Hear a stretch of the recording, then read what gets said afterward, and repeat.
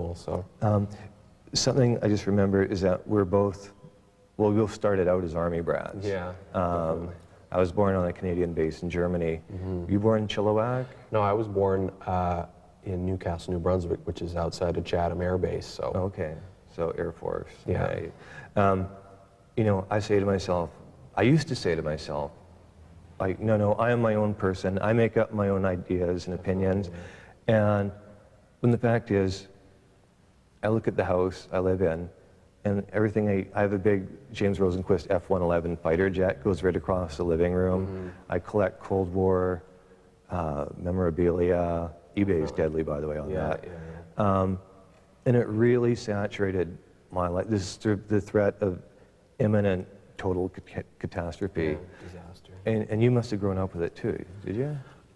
Oh, definitely. I mean, growing up in the 70s, I mean, after Chatham, I lived in northern Ontario in Kapuskasing, which was right on the Pine Tree Line, which was my dad was a radar technician. Oh my and that was God, his that's job so every day. cool. He That's went so out cool. and he'd fix giant radars that waited for the bombers to come flying over. Oh man. Over the Arctic.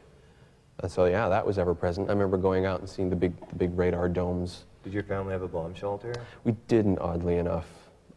Mostly probably because we moved so often that, you know, by the time you'd have one built, you'd probably have to move out of town. So, but I don't recall there ever being talk of a bomb shelter, but I'm sure that base had quite a few of them. So yeah, it was ever present. I mean, it wasn't something that it's odd. I didn't dwell on it at the time, but later, as I matured, it went very deep down your echoes of roots, it, yeah. didn't it? Yeah. CNN did a wonderful series on the history of the Cold War, and Ted Turner just threw buckets of money at it. I mean, they interviewed everybody. And instead of watching it on TV, I bought it and then watched episode 1 to episode 50 in sequence, no fast forwarding. Yeah. And I was crying at some points. I was just having like anxiety attacks. It was just, and I realized I'm a complete product of that. And, but, you know, I grew up in the suburbs of Vancouver, like you. And my mother, she's a theology major. And her and my dad thought, okay, we escaped our family back east. We escaped all those old rules. And that's what happens when you come to Vancouver, is you enter your own little witness relocation program. Yeah, totally. So myself and my 3 brothers had no religion, 'cause for better or worse, my mom, and to a lesser extent my dad, he's not very religious.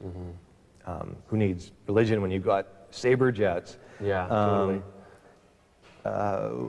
Whatever we found is what we found on our own. And what I try and do is I'm always looking for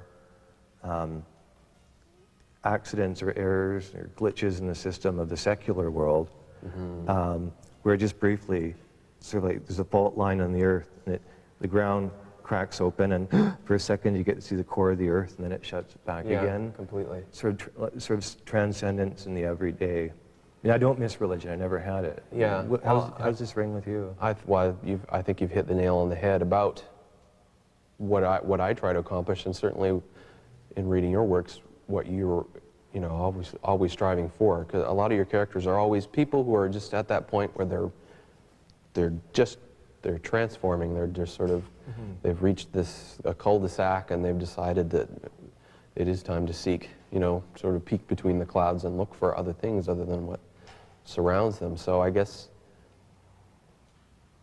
in the paintings that I do, I always try to find that element. I always try to get that moment of kind of contradiction, like you say, that you're going along in this your normal workaday gray life, and things, you see people do things or events that are contradictory, and that sort of show, again, the spirit, you know, the human spirit, and the way what humans sort of strive towards. And I try to take a little bit of that and put into the painting. So, but I can ask you a question, and you can ask the same question to me, but and I don't mean this to be overly inquisitive or rude, but has there been much death in your life? Have many people around you died, or? No. I know my father went through a lot of trouble. He had a heart attack and bypass surgery, and that's about as close as I've gotten with people who are, you know, are literally next to me. I mean, you have relatives die, and that always seems so abstract because you've spoken to them once or twice, and So I haven't, touch wood, haven't suffered too much tragedy in that respect. So whether that fuels me or doesn't, couldn't say. Okay, ask me the question. Ask it. Well, have you had much death surrounding your life? Not until recently. I'm 38. And so I went through all of my formative years and then a lot of my adult life in a basically death-free environment. And now, and also this is one of the other things about life, is seeing all the really bad stuff only happens to good people. The jerks in the world drive away in their Mercedes. Yeah. And I think to a large part that we're very fortunate to live where we do and when we do, and in these strangely, by any standards in the history of the world, exotic conditions of freedom from war, freedom from fear, all the Norman Rockwell freedoms from, freedom from death, and so everything we've made is what we made in a complete vacuum, in a sense.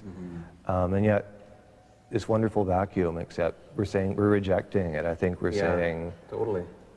It's nice, but ... Yeah, well, I mean, that's something I always say to myself every day. Oh, you squabble over money, and oh, geez, I need more money for this and that, and there's people 6,000 miles away in South America who are subsistence living and living in a hut, and that should make you feel better about things, but at times. Okay, Andy Warhol said that rich people have more interesting problems than poor people, because they don't have to. Poor people are worrying about the universal things, whereas rich people have these really esoteric, bizarre, specialized.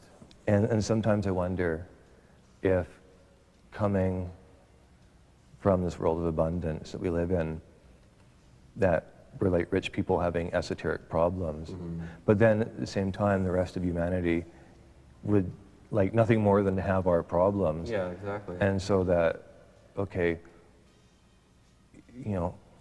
is what I do, is what you do, is it indulgent? Do you think what you do is indulgent? No, not in the slightest. Yeah. There isn't a day that I don't wake up and say, thank God I'm able to do some odd quirks of luck and nature that I've been given the opportunity to do exactly what it is that I feel compelled to do every day, instead of, because life is settled and calm enough to keep things on the level for me as it is now, and if I were digging a ditch somewhere, I would be just completely insane. Okay. I think we have to go in a sec, so I should probably, one last question. Can you imagine not doing what you do? I can imagine it, and I can imagine I'd be a very miserable person, so, and it hurts to imagine. What about you? I mean... I think if you stripped away everything that made me me, it would be the last thing, and if you took away writing, I wouldn't exist anymore. So, well, I feel that same way about painting, so... Chris, it's been a pleasure to meet you. Thank you very much, Doug. It's been a pleasure as well. Thank you.